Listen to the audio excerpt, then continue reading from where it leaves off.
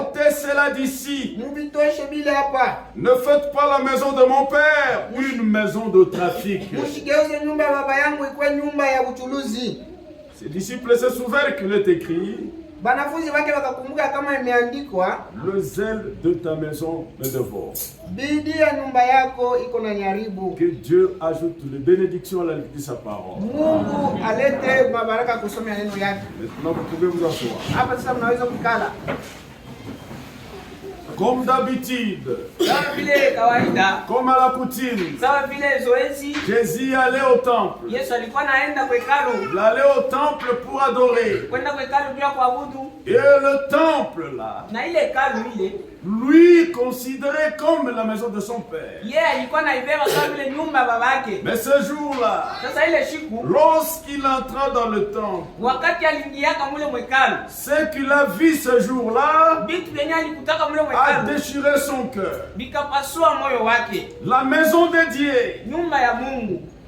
l'église de Dieu vivant, était en désordre ce jour-là. C'était vraiment, la maison de Dieu était profanée ce jour-là. À l'intérieur de la maison de Dieu, là où les gens viennent pour adorer le Seigneur, les gens venaient faire leurs histoires. Ils faisaient n'importe quoi. Et les gens venaient faire leurs affaires. L'église de Dieu vivant n'est pas une dépotoir. Quand nous venons à l'église, nous devons savoir que le Saint est là. Nous ne pouvons pas entrer comme nous voulons et sortir comme vous voulez. C'est sa maison. Là où il descend, là où il part, c'est son atelier. Jésus est le propriétaire de l'église. Il est la tête du corps. Il conduit. Mais ce jour-là, il trouve dans l'église le vendeur de bœuf, de brebis, de pigeons et d'échangeurs. Ils étaient assis, très à l'aise, en train de changer leur monnaie dans l'église, en train de vendre le pigeon dans l'église, en train de vendre le bœuf dans l'église. Et qu'est-ce que le Seigneur a fait? La Bible dit, il a fait un fouet avec de cordes. Oui, le Dieu d'amour, il commençait à chasser ces gens dans l'église. Et leur dit, ne faites pas la maison de mon père une maison de trafic. Pendant qu'il faisait cela, il y a d'autres qui jugeaient de leur manière.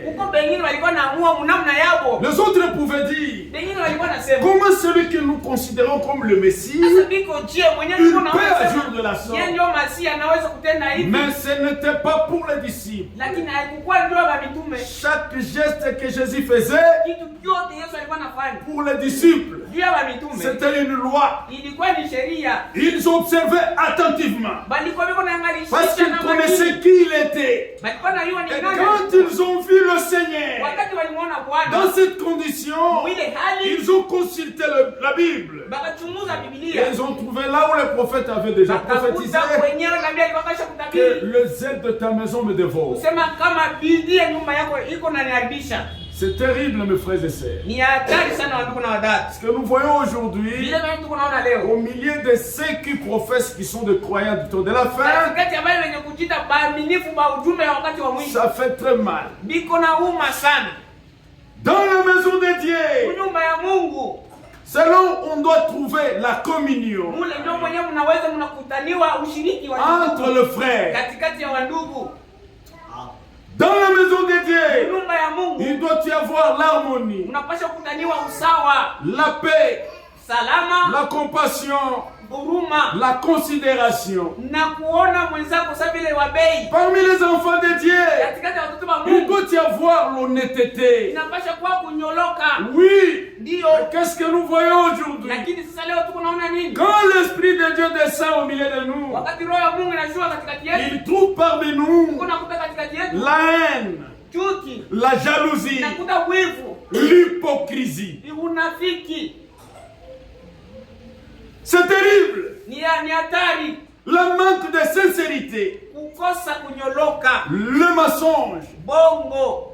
Et même parmi nous, Na tena katikati il y yetu a des traîtrismes. kuko na unafiki Parmi nous, katikati yetu, le mensonge. bongo. Il y a même des gens qui dressent des pièges Batu bengine beko na tekeana na contre leur miteko. frère. Anamtekea ndugu yake uteko. Amen. Mais comment l'Esprit de Dieu peut descendre au milieu de nous? Sasa je, roho ya Mungu itashuka katikati yetu? Mais c'est regrettable. Ni ya kuhuzunika sana. Là où Dieu descend, Pale fasi penye Mungu anashukia. là où Dieu parle, Kule kwenye Mungu anasemea. cette condition, Ile hali ile, quand Dieu trouve cela, wakati Mungu mais son anaikutanisha, cœur est brisé. roho yake inapasuka. Comme nous avons lu avec vous hier. Vile kitu tulisema na mwe jana tulisoma. Montre-moi une église humble. Unionyeshe kanisa yenye kujinyenyekeza. Une église douce. Kanisa yenye kwa mpole. Pas une église arrogante. Hapana kanisa ya kiburi. Et je vous montrerai Na mimi nitakuonesha une église kanisa moja qui a en elle iko ndani yayo la faveur de Dieu iko na ile bahati ya et la Mungu puissance. na uwezo ya Mungu.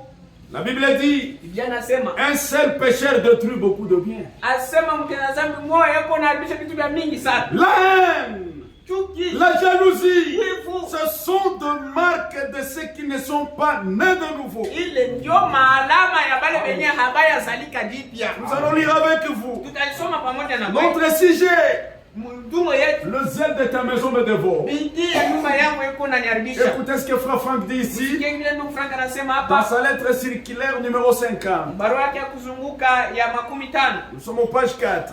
Tuko mpaka 4. Deuxième alinéa. Alinéa ya pili. L'envie, Kutamania, la jalousie, kuwa na wivu, la haine kuwa na chuki sont le marque de ceux qui ne sont pas nés de nouveau. hii ndio maalama ya wale wenye habari zalika mara pili. Frère Branham a si bien parlé au sujet de 3 sphères de l'âme. Ndugu Branham alisemea mzuri ile vipande tatu ya nafsi. L'esprit Anasema roho, et le corps. alisema mwili. Il a dit Alisema que quelqu'un pouvait être baptisé du Saint-Esprit mtu anaweza eko mwenye kubatizwa na Roho Mtakatifu dans les secondes sphères muile kiwango cha pili et n'être pas sauvé dans son âme. na kisha mnafsi yake hayaokolewa. Oui. Ndio Nous pensions que ceux qui ont des dons tunazania kama wale wenye kwa na mazawadi sont déjà à mi-chemin du ciel. beko munjia kujua kwenda kumbingu. Mais le véritable enfant de Dieu Lakini mtoto wa Mungu wa kweli sont entièrement placés dans le ciel beko bote banawekewa mbingu par le véritable baptême du Saint-Esprit. kupitia ile ubatizo ya kweli ya Roho Mtakatifu, Et ils sont scellés. na bao banatiliwa muhuri. Amen. Leurs langues Na ndimi yao sont purifiées ilisha kusafishwa par le feu du vin. kupitia moto takatifu.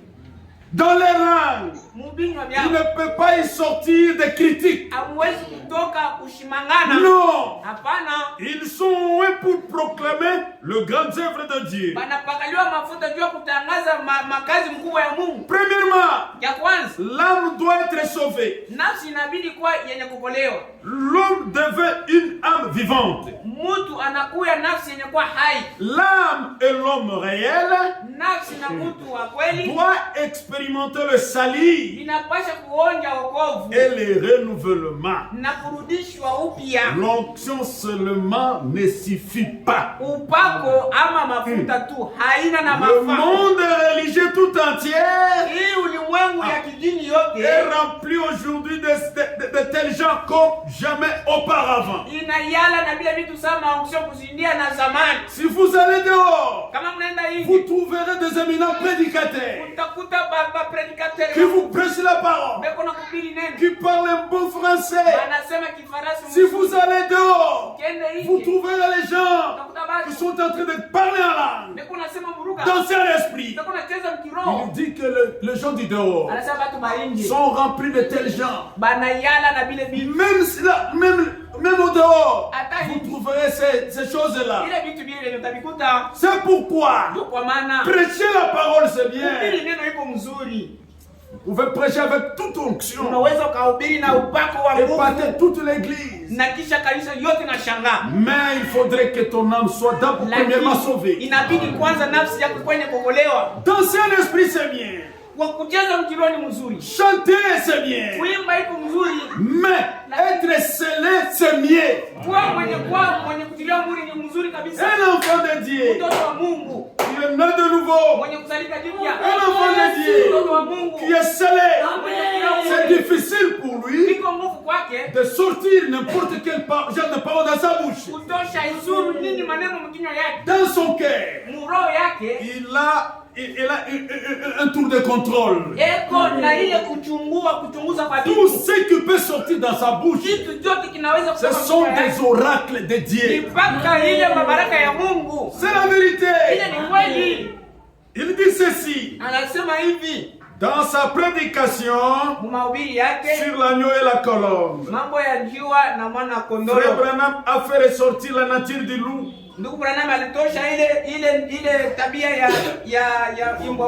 Il établit une très nette différence entre les deux caractères. L'agneau n'aboie pas. L'agneau n'aboie pas. Et ne morde pas comme le loup. Le véritable croyant a la nature de l'agneau, aussi bien que celle de la colombe. Il n'a pas de bile. Ils sont véritablement baptisés du Saint-Esprit. Sur leur langue, il ne peut pas y avoir de poison mortel, comme le décrit Jacques au chapitre 3. Dans leur cœur également, il n'y a pas d'amertume. L'homme peut cacher beaucoup de choses, mais ce qui est dans le cœur sera manifesté à travers les paroles et les œuvres dans la vie. Nous sommes en marche. Ne parlez pas beaucoup. Continuons le voyage. Tout ce qui est caché va se révéler. Dans l'église de Dieu vivant, nous devons nous aimer les uns les autres. Pas de critique, pas de haine, pas de jalousie. Aujourd'hui, c'est difficile. Même parmi les enfants de Dieu, parmi les serviteurs de Dieu, il y a des gens même qui marchent avec de poison. C'est terrible.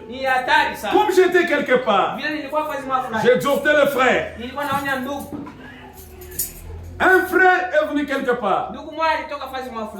Quand il est arrivé dans le village, il a posé la question: est-ce que les frères sont ici? Est-ce qu'il y a une église ici? On dit oui, il y a une église quelque part. Le frère est venu, on l'a accueilli. Oui, frère. Il dit que je suis frère. Tu es notre frère. Restons ensemble. Travaillons ensemble. Mais au moment où je parle, c'est ce frère-là qui a troublé l'église. Mais parmi les enfants de Dieu, parmi nous, il y a un groupe Et ce groupe-là, on peut les appeler comme agents de sécurité. Ils viennent seulement sonder pour savoir ce qui est dans ta bouche. Et après un moment, il va aller parler. Toi, tu es en train de unir ou bien toi, tu es en train de diviser. Mais quand tu vois l'église dans cette condition, ne son cœur est brisé. Amen. L'hypocrisie, le traîtrisme dans l'église. Et quand il descend, il voit ces choses-là. Oh, c'est déplorable. Nous allons avancer un peu aujourd'hui. Nous allons prendre Jérémie chapitre 9. Frère Branham dit dans Jérémie ici. Quand Jérémie parlait ici, ce que nous allons lire tout de suite, il dit vous verrez comme si c'est Jérémie qui parle. Mais non, ce n'est pas Jérémie, mais c'est l'esprit de Dieu en Jérémie qui est en train de crier. Je suis dans Jérémie chapitre 9. Commençons à partir du verset 1er. Oh, si ma tête était remplie d'eau, si mes yeux étaient une source de larmes, je pleurerais jour et nuit. Il voulait pleurer jour et nuit. Mais qu'est-ce qui fait pleurer l'homme de Dieu? Le mort de la fille de mon peuple. Oh, si j'avais au désert une cabane de voyageurs, j'abandonnerai mon peuple et je m'en éloignerai. Mais pourquoi, Jérémie, tu vas laisser le peuple et s'éloigner, préférer aller rester au désert? Qu'est-ce que tu as remarqué au milieu d'eux? Car ce sont tous des adultères. C'est une troupe de perfides. Ils ont la langue tendue comme un arc et lancent le mensonge. Dans l'église de Dieu vivant, nous arriverons. Le mensonge, ce n'est pas par la vérité qu'ils sont puissants dans le pays. Car ils vont de méchanceté à méchanceté. Ils ne me connaissent pas Dieu l'Éternel. Si aujourd'hui il a beaucoup de gens derrière lui, si aujourd'hui il a beaucoup d'avoir, ce n'est pas par la vérité, mais c'est par la malignité, par la méchanceté qu'ils sont puissants dans le pays. Que chacun se tienne en garde contre son ami. Et qu'on ne se fie à aucun de ses frères. Pourquoi? Car tout frère cherche à tromper. Et tout ami répand des calomnies. S'il y a quelqu'un à qui on peut donner confiance, mais c'est à un ami. Mon ami à moi, il connaît de tout et de rien. Peut-être il y a d'autres choses que nos parents ne peuvent pas comprendre. Mais mon ami doit connaître tout. Mais ici, quelle parole! Que chacun se tienne en garde contre son ami et qu'on ne se fie à aucun de ses frères. Parce que tout frère cherche à tromper et tout ami répand de la calomnie. Écoutez ce qu'il dit. Ils se jouent les uns et les autres. Ils ne doutent point la vérité. Ils exercent leur langue à mentir. Ils s'étudient à faire le mal. Ta demeure est au sein de la fausseté. C'est pas la fausseté qui lui refuse de me connaître, dit l'Éternel. C'est grave. Avec ce genre de conditions. Est-ce que l'Esprit de Dieu peut être vraiment dans la joie? Est-ce qu'au milieu de nous, il peut y avoir des prodiges et des miracles? Vous voyez ce qui retarde. C'est parce que le peuple de Dieu n'est pas encore prêt. Toutes ces choses, nous les voyons ici parmi nous. Comme nous avons dit hier, Dieu n'a pas parlé aux gens du dehors. Dieu a parlé à nous. Les gens du dehors, ils peuvent faire n'importe quoi. Là, ça ne fait absolument rien. Mais quand c'est ici, l'Esprit de Dieu est attristé. C'est pourquoi ainsi parle l'Éternel des armées. Voici, je les sonderai et je le prouverai. Car comment agir à l'égard de la fille de mon peuple? Tout atteindre à Dieu. On va prêcher comment? Quel genre de prédication qu'on doit prêcher? Et qu'est-ce que l'Église n'a pas écouté depuis le matin? Dieu a envoyé des prédicateurs. Le ministre est ici. On fait de tout. Ils ont prêché. Mais posons-nous des questions. Qu'est-ce que la parole a fait dans nos vies? Quel genre de prédication qu'il faudrait prêcher? Leur langue est un trait meurtrier. Ils ne disent que de mensonges.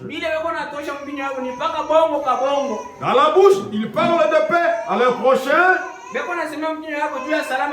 au fond du cœur, ils lui dressent des pièges. Que Dieu te bénisse, mon frère. Entrez dans ma maison. Mangez, frère. Tu es chez toi.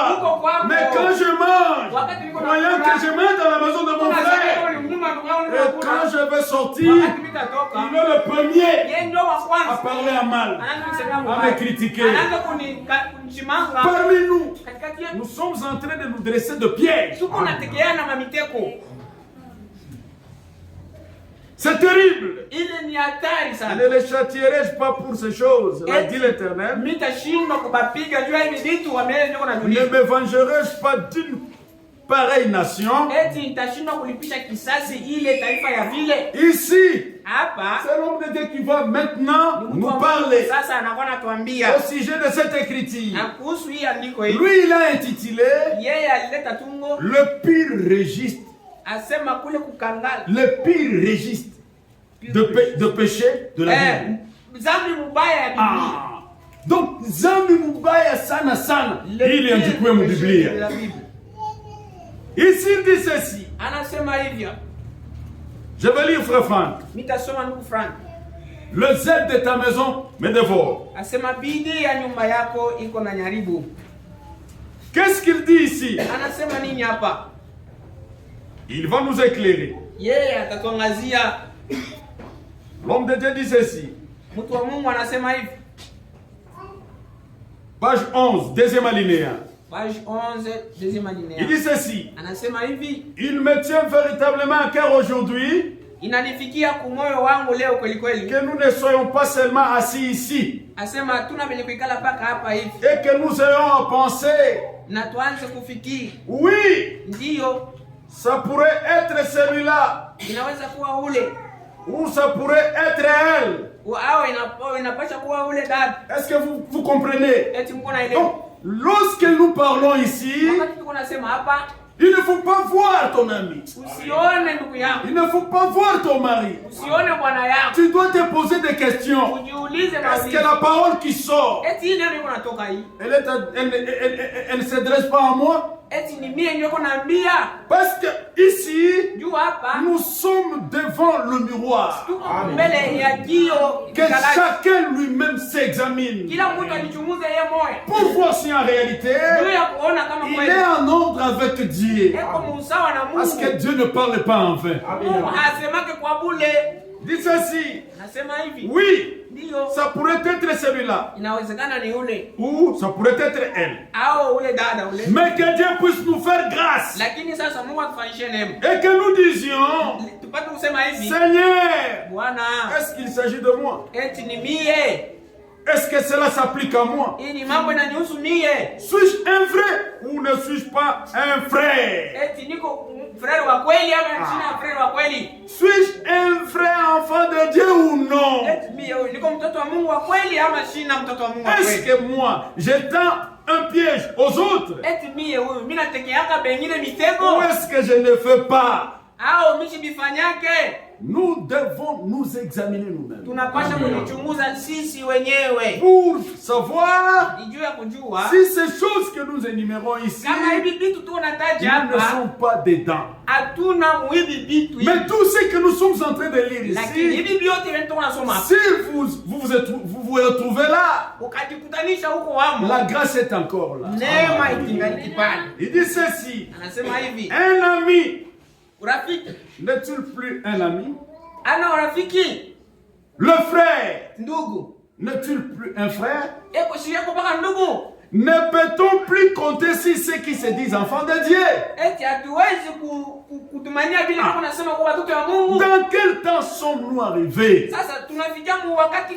Je me demande ce soir. Et nous nous demandons, le demandons chacun personnellement.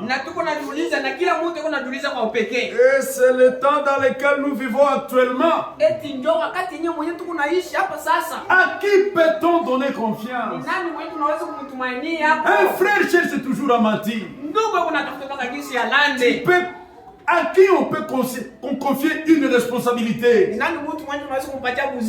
Tu peux acheter une moto. Tu vois le frère est en train de souffrir. Il dit: frère, viens, prends cette moto, ça va t'aider, ça va aussi m'aider.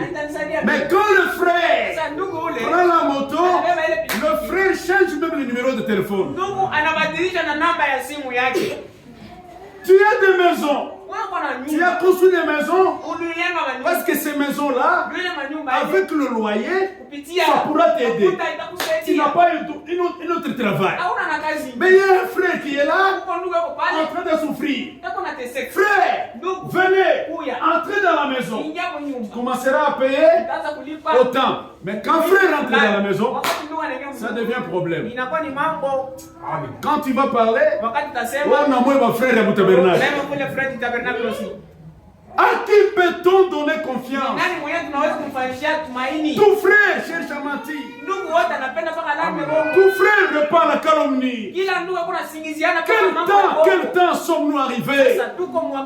Et ces choses, ça se trouve dans l'église de Dieu. Quand Dieu voit ces choses, mais son cœur est brisé. C'est une très mauvaise expression. Et il dit, il se donne la peine.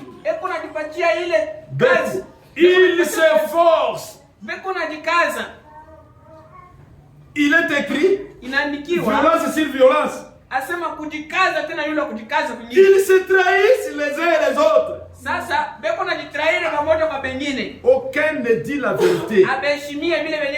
Ils sont habitués leur langue au mensonge. Ils s'efforcent de mal agir.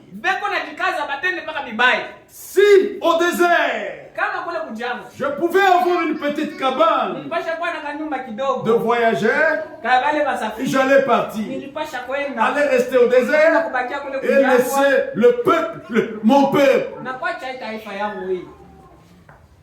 Si ma tête était remplie d'eau, Si mes yeux étaient remplis de larmes, je pleurerai jour et nuit. Ce qui se passe au milieu de nous, ce n'est pas bien. Nous devons retourner à la parole de Dieu. Oui. Ils ne peuvent faire autrement, frère.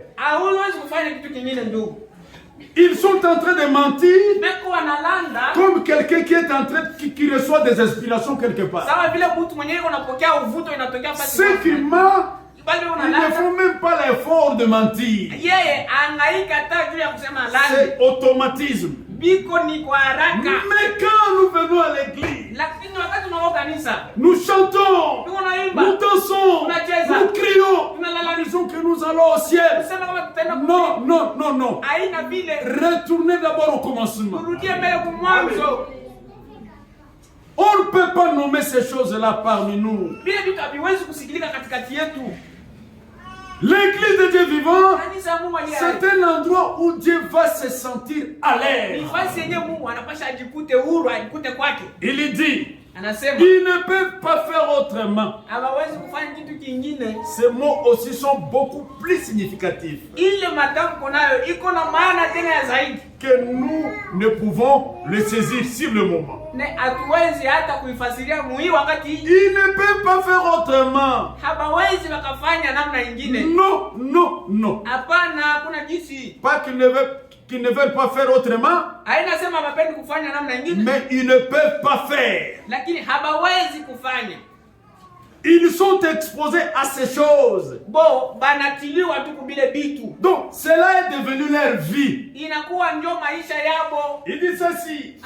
Autrefois, un ami était un ami. Un frère était un frère. Mais dans quel temps est-ce que nous vivons aujourd'hui? Même l'ami se livre à la calomnie. Non. On peut se confier peut-être un peu plus à un ami qu'à une personne éloignée.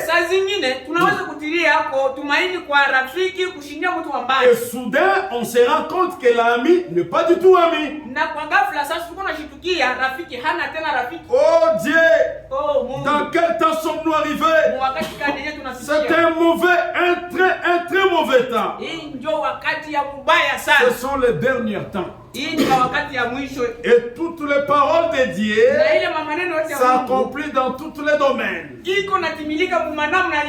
nous le voulions ou pas, cela ne nous est pas demandé. Tout s'accomplit. Nous sommes à la fin. Les hommes seront égoïstes. Les enfants seront de rebelles à leurs parents. Les hommes aimeront l'argent, le plaisir plus que Dieu. Vouloir ou pas, les choses s'accomplissent à la lettre. Et Jésus-Christ vient bientôt. Oui, dans l'église de Dieu vivant, c'est un endroit où règne l'amour. Là où règne la paix. Là où règne la considération. Et Jésus lui-même a dit, aimez-vous les uns les autres.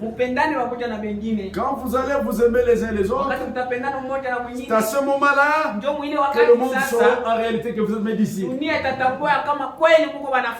est l'amour au milieu de nous? L'amour est resté seulement sur la prédication. Quand je monte ici, aimons-nous les uns les autres. Nous chantons des cantiques. Aimons-nous les uns les autres. Mais dans nos cœurs, il y a d'autres choses. Le Seigneur nous voit. Et Frère Branham donne conseil. Il dit que cette église que vous voyez, c'est un cible. Il dit ceci. Je vais lire. Il dit dans Humilie-toi. Paragraphe 40. N'oubliez pas ceci. ce tabernacle perdra sa force. Souvenez-vous que cet endroit est la cible sur laquelle Satan a braqué tous les fusils de l'enfer. Ce n'est pas dans d'autres églises. Là, c'est lui qui domine. Mais ici, c'est l'endroit où lui a placé ses fusils. Il poussera une personne à faire quelque chose qui est contraire à ce que l'autre pense.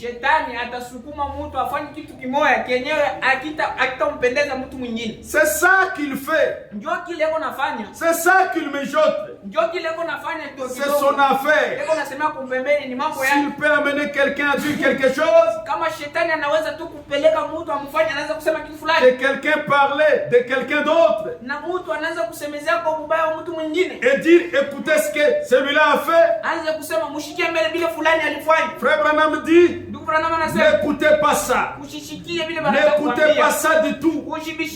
C'est le diable. Vous voyez, c'est Satan. Ne croyez pas.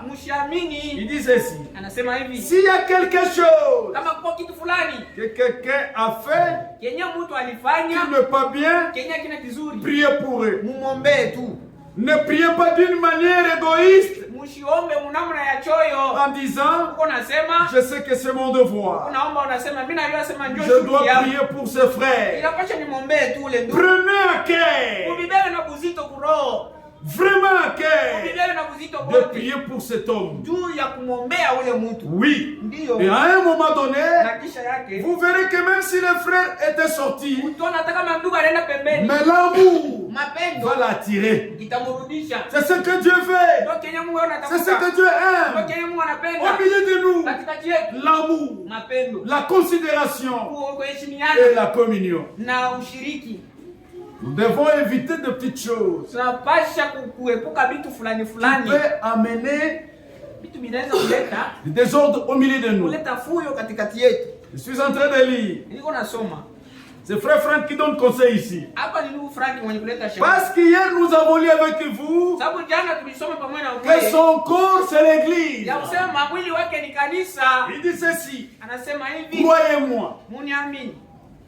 Nous voulons être honnêtes avec nous-mêmes et avec le Seigneur. Il doit se passer quelque chose fondamentalement avec nous tous. Nous devons éviter tout ce qui est humain. Tout ce qui dérange. Tout ce qui évoque une atmosphère qui n'est pas bonne. Nous devons l'éviter. Cela à tout prix. Parfois il s'agit de petites choses. Et le diable, en tant qu'artiste aux 1000 talents, c'est un véritable artiste. Il transforme déjà un moustique à un éléphant.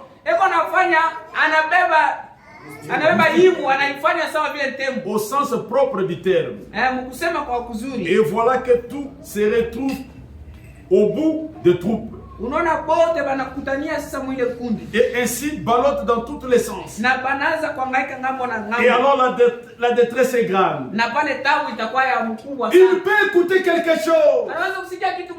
Il commence à transformer ces choses-là, à amplifier cela. Écoutez ce que le frère a dit. Écoutez ce que le frère a fait. Le problème était petit. Mais le diable a amplifié cela.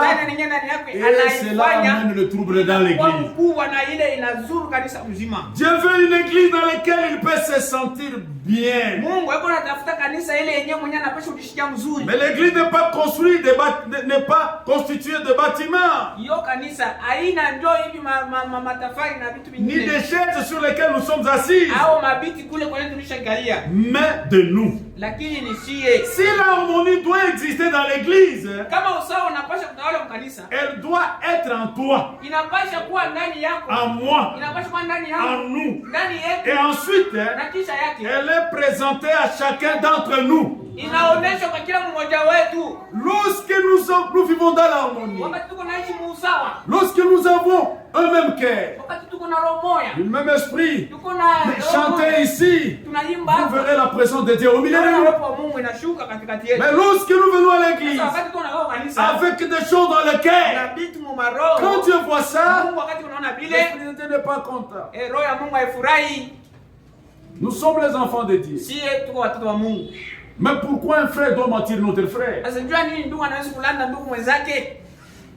Pourquoi lui tendre de pièges?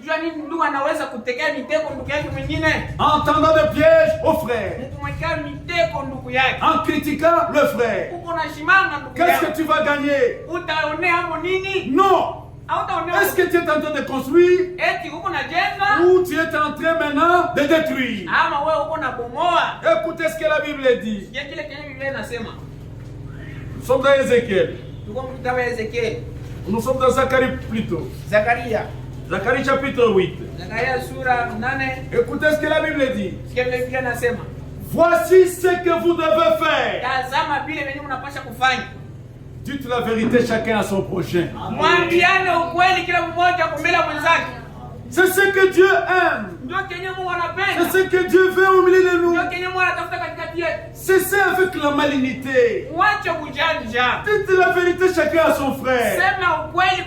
Un enfant de Dieu, peu importe le problème, même si on vient de l'arrêter, lui dans sa bouche, il dira la vérité. Dites la vérité chacun à son prochain. Jugez dans vos portes selon la vérité et en vue de la paix. Oui, que nul à son cœur ne passe mal en mal contre son prochain et ne met pas le faux serment. Car ce sont là toutes ces choses que j'ai de l'Éternel. Au milieu de nous, il faut qu'il y ait de considération. Au milieu de nous, il faut qu'il y ait l'amour. Au milieu de nous, il faut qu'il y ait l'harmonie. Oui, nous devons être humbles. Frère Franck disait, si frère Barrier a le Saint-Esprit, et si mon frère Franck, j'ai le Saint-Esprit, alors tout viendra les querelles. Ma sœur, si tu es né de nouveau, baptisé du Saint-Esprit, et l'autre sœur, né de nouveau, baptisé du Saint-Esprit, d'où viendra le problème? D'où viendra les querelles? D'où viendront les problèmes? Vous voyez, c'est parce qu'aujourd'hui, il y a des infiltrés. Ils se sont infiltrés au milieu de nous. C'est la vérité. Au milieu de nous, il faut qu'il y ait la considération. Nous devons nous aimer les uns les autres. Comme la Bible le dit ici. Une écriture que nous lisons chaque jour. Partout on lit cette écriture. Mais le problème, il faut que cela soit la vie. La Bible dit dans 1 Corinthiens chapitre 13. Il dit quelque chose là que nous allons lire. Il dit ceci. Et deux anges, si je n'ai pas la charité, je suis un airain qui résonne, ou un cymbale qui retentit. Quand j'aurai le don de prophétie, la science de tout le mystère, et toute la connaissance, quand j'aurai même toute la foi, jusqu'à transporter des montagnes, si je n'ai pas la charité, je ne suis rien. Quand je distribuer tous les biens pour la nourriture de pauvres. Et quand je livrerai mon corps pour être brûlé, si je n'ai pas la charité, cela ne me sert de rien. La charité est patiente. Elle est pleine de bonté. La charité n'est point envieuse. La charité ne se vante point. Elle ne s'enfle point d'orgueil. Elle ne fait rien de malhonnête. Elle ne cherche pas son intérêt. Elle ne s'irrite point. Ne soupçonne point. La charité ne se réjouit point de l'injustice, mais elle se réjouit de la vérité. Je vais vous raconter une petite histoire. Je ne sais pas si je vais retrouver ça ici dans le téléphone. Oh, patientez, je vais chercher ça. Frère Branham parle de quelque chose qui s'est passé au Japon. Là au Japon, pendant la Deuxième Guerre mondiale, deux garçons avaient leur famille. L'autre pouvait avoir même 12 ans. Et l'autre avait, je ne sais pas moi si c'est 6 ou 7 ans. Pendant qu'ils fouillaient dans la guerre, l'autre a reçu le bal. Et il était mort. C'était le petit frère qui était mort. Pendant que tout le monde fouillait, son grand frère lui a pris et lui a porté au dos. Au lieu de laisser le corps, lui il a porté son petit frère au dos et commencé à fuir avec lui. C'est arrivé quelque part, un militaire a observé cela. Et ce militaire a dit, ok, je suis là, c'est ici. Et ce militaire-là a appelé ce garçon. Il dit, mais il est déjà mort. Tu ne sauras pas fuir avec lui. Tu dois le déposer pour que tu sois un peu souple. C'est ici. Au Japon, pendant la guerre, ce petit garçon transportait sur son dos les cadavres de son frère. Il attendait l'enterrer quand une occasion se présentait. Un soldat remarqua cela et lui demanda de le descendre afin de mieux courir. Mais le petit garçon lui répondit, il n'est pas lourd, c'est mon frère. Quand le soldat entendit cela, il fondit en larmes. Ton frère ne pèse pas. Ta sœur ne pèse pas. L'amour couvre toutes les multitudes de péchés. Même si ton frère vient de tuer, il ne pèse pas. Il n'est pas lourd. Si l'amour est dans le cœur. Il dit ceci. Depuis lors, cette image est devenu un symbole d'unité dans le Japon. Laissons ceci inspirer notre quotidien. Il n'est pas lourd, c'est mon frère, c'est ma soeur. S'il tombe, relève-le. S'il est fatigué, transporte-le. C'est ton frère. Il n'est pas lourd. S'il fait des erreurs, pardonne-le. Essaie de supporter ses égarements. Qu'est-ce que nous voyons aujourd'hui entre l'homme et la femme? Dans la maison, l'homme peut avoir un cahier. Il a déjà écrit toutes les erreurs que sa femme a fait. Quand elle veut faire quelque chose, si c'est tel jour, Tu sais ce que tu as fait. Tu sais et le mari, les femmes, même. Il n'arrive même pas à supporter. Vous n'arrivez même pas à vous pardonner. Mais quand Dieu voit ces choses au milieu de nous, est-ce que son cœur peut se réjouir? Ta sœur a communéré, supporter, elle n'est pas lourd, supporter, l'amour, support. Et c'est l'amour qui entrera. Si j'aime mon frère, je ne peux pas parler à mal de lui. Je ne peux pas le critiquer. Ce qui nous fait faire ces choses-là, c'est par un manque d'amour. Revenez à la parole. Revenez à Dieu. Jésus-Christ vient bientôt. Revenez mes frères.